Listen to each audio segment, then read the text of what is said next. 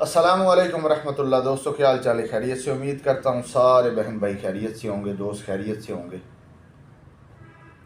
ले जी, कल हमने FBR में फाइलर होना कैसा है उसका थोड़ी सी इन्फॉर्मेशन आपसे शेयर की थी।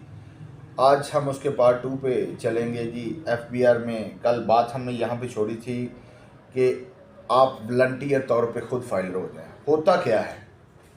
होता ये है, क्योंकि हर बंदे का ज़हन एक जैसा नहीं होता, पता नहीं अगला बंदा क्या चाह रहा क्या नहीं है। अगर अब मैं मिसाल दे देता हूँ, अगर आपने एक प्रॉपर्टी परचेज़ की है, तो अगर आप नॉन फाइलर हैं, तो अगर आप पूरा टैक्स पे कर रहे हैं तो कोई गारंटी नहीं कि कोई बंदा आपको फाइलर ना कर दे, क्योंकि ऑनलाइन ज़ाहिर बात वेबसाइट है।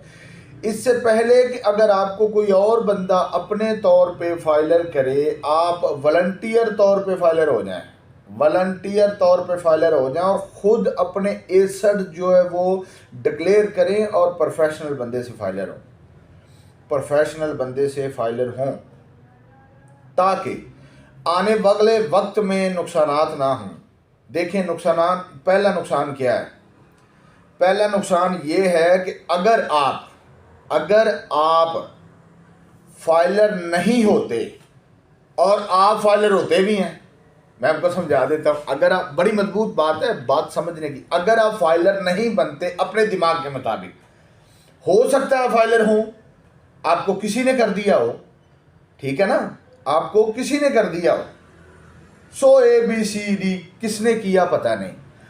अब आपको पता, पहली बात तो चलेगा नहीं कौन सा बाई हैंड आपको नोटिस आना है। आपकी प्लांटी भी जारी हो चुकी होगी और एक वक्त ऐसा भी आता है कि बंदा अरेस्ट भी कर सकता है। FBR के पास ये ताकत भी है कि बंदे को अरेस्ट भी कर सके। अगर आप वॉलंटियर तौर पे फाइलर होंगे, आपको टैक्सेस भी बचेंगे। जाहिर बात है, आप गाड़ी परचेज करते हैं उस पर भी आपको टैक्स बचेगा। अगर आप ज़मीन प्रॉपर्टी परचेज करते हैं, सेल आउट करते हैं, उस पर भी टैक्स की बचत होगी। अगर आप अपना असला लाइसेंस अप्लाई करते हैं तो उसके लिए भी स्टेटस का एक्टिव होना ज़रूरी है। बहुत सी ऐसी चीज़ें हैं जहाँ पे फाइलर स्टेटस का एक्टिव होना ज़रूरी है। ऑन फ्यूचर ये हर बंदे को होना पड़ेगा। ऑन फ्यूचर ये हर बंदे को, अभी तो रियासत हमें मौका दे रही है ना। मौका किस तरह दे रही है कि जी नॉन फाइलर के लिए टैक्सेस ये हैं, फाइलर के लिए टैक्सेस ये हैं।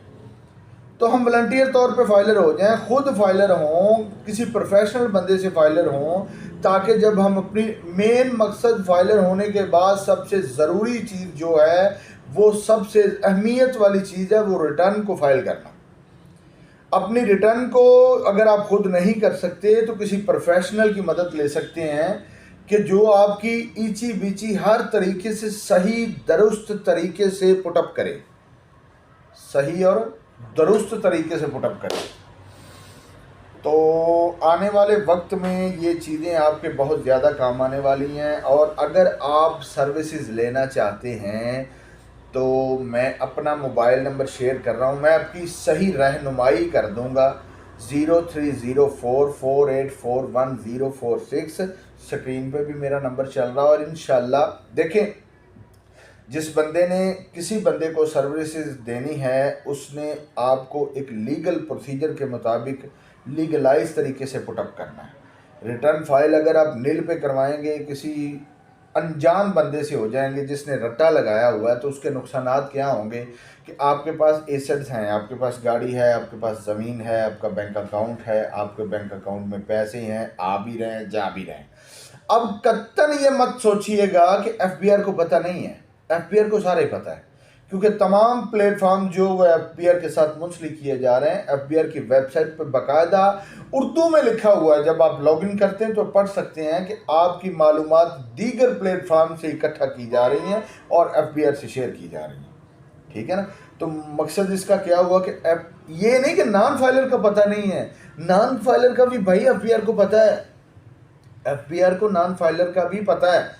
तो अगर हम डिक्लेयर हो जाते हैं, वॉलंटियर तौर पे हो जाते हैं, बात यहाँ पे थी कि अगर बंदा अनप्रोफेशनल बंदे से हो जाता है तो वो नील पे रिटर्न फाइल कर देता है या 00 पे रिटर्न फाइल कर देता है और बंदे के एसर होते हैं, तो कल को जब FBR का ऑडिट होता है उसमें फिर आपको प्लांटी लगने के भी चांसेस होते हैं, आपको नोटिस इशू होते हैं और FBR के पास बामुताबिक कानून ये ताकत है कि वो आपको अरेस्ट भी कर सकता है।